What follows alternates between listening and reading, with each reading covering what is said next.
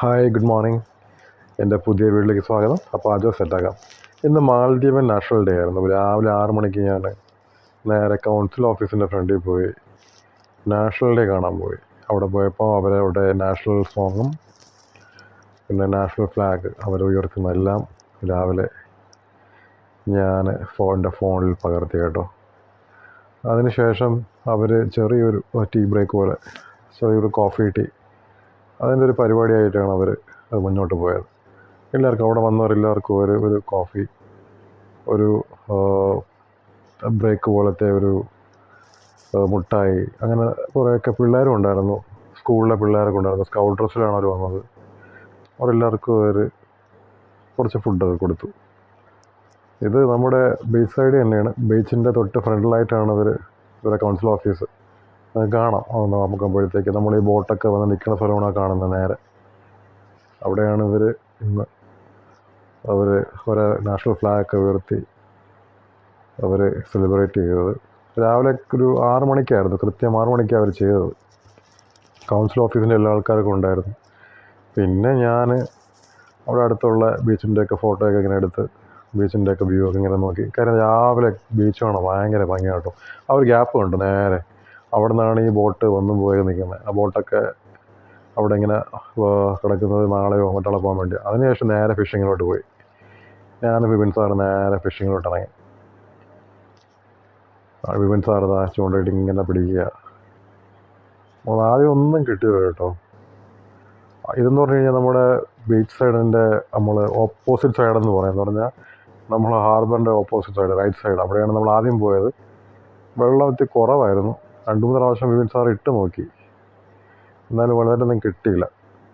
അതിനുശേഷം ഞാൻ വിപിൻ സാറോട് വിചാരിച്ചു നോക്കി ഇനി മറ്റേ സൈഡിൽ പോയി നോക്കാം. ഞാൻ മറ്റേ സൈഡ് വന്നപ്പോഴും വെള്ളം ഒട്ടുമില്ല. അവിടെ കല്ല് സഹിതം കാണാം. വെള്ളം ലോ ടൈഡാണ്, വെള്ളം ഒരുപാട് ബാക്കിലോട്ടാണ്. പക്ഷേ എന്നാലും കുറച്ച് അപ്പുറത്തോട്ട് പോയപ്പോഴത്തേക്ക് വെള്ളം അത്രയ്ക്കൊന്നും ഇല്ലെങ്കിലും വിചാരിച്ചു ഒന്ന് ഇട്ട് നോക്കാമെന്ന് വിചാരിച്ചു. എന്തെങ്കിലും കിട്ടട്ടെ എന്ന് പറഞ്ഞ് വെറുതെ ഒന്ന് ഇട്ട് നോക്കാമെന്ന് വിചാരിച്ചു. അപ്പോൾ ഞാൻ വിപിൻ സാർ ഇത് നേരെ എന്നാണ് കുറച്ച് ഫിലിനോട്ട് പോയിട്ട് അവിടെ ആ വിപിൻ സാർ നിൽക്കുന്നത് കാണാം.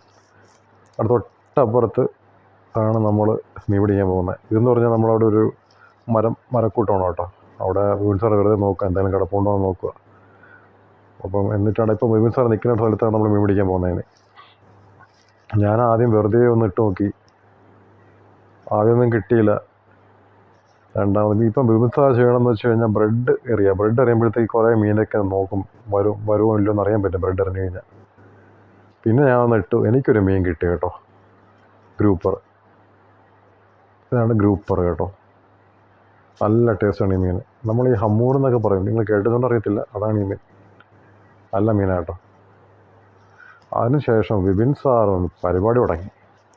1 അല്ല 2 അല്ല 3 അല്ല, ഒരു 6-7 മീൻ പുള്ളിക്കാരൻ ഒരു 1/2 മണിക്കൂർ കൊണ്ട് പടക്കമെന്ന് പറഞ്ഞ് പിടിച്ചാൽ കിടക്കുമായിരുന്നു. ഒരു രക്ഷയില്ല കേട്ടോ. പുള്ളിക്കാരൻ അവിടെ അപ്പോൾ തന്നെ 2 എണ്ണം അവിടെ കിടക്കണുണ്ടോ. പുള്ളി എല്ലാം പിടിച്ചിട്ടോ. 3 ആയി, ഇത് കഴിയുമ്പോഴത്തേക്ക് 4 ആയി, അങ്ങനെ 5 ആയി, 6 ആയി. എനിക്ക് ആകെ ഒരു മീനാണ് കിട്ടിയത്, ഒരു ഗ്രൂപ്പർ. ഇത് നമ്മളെ ഒരു നാട്ടിലൊരു കരിമീൻ പോലത്തെ ഒരു മീൻ, പക്ഷെ നല്ല ടേസ്റ്റ് എന്നാണ് പറയുന്നത്. ഇതൊന്ന് വയലിന് സെറ്റാക്കാനുള്ള പരിപാടിയാണ്. അതിനുശേഷം പുള്ളിക്കാരനൊരു നീളമുള്ള മീൻ, അതെന്തോ ഒരു ടൈപ്പ് മീനാണ് പുള്ളി, പാരറ്റ് ഫിഷോ അങ്ങനെ എന്തോ പുള്ളി പറഞ്ഞത്. അതുകൊണ്ട് ഇപ്പം കാണിച്ചു തരാം.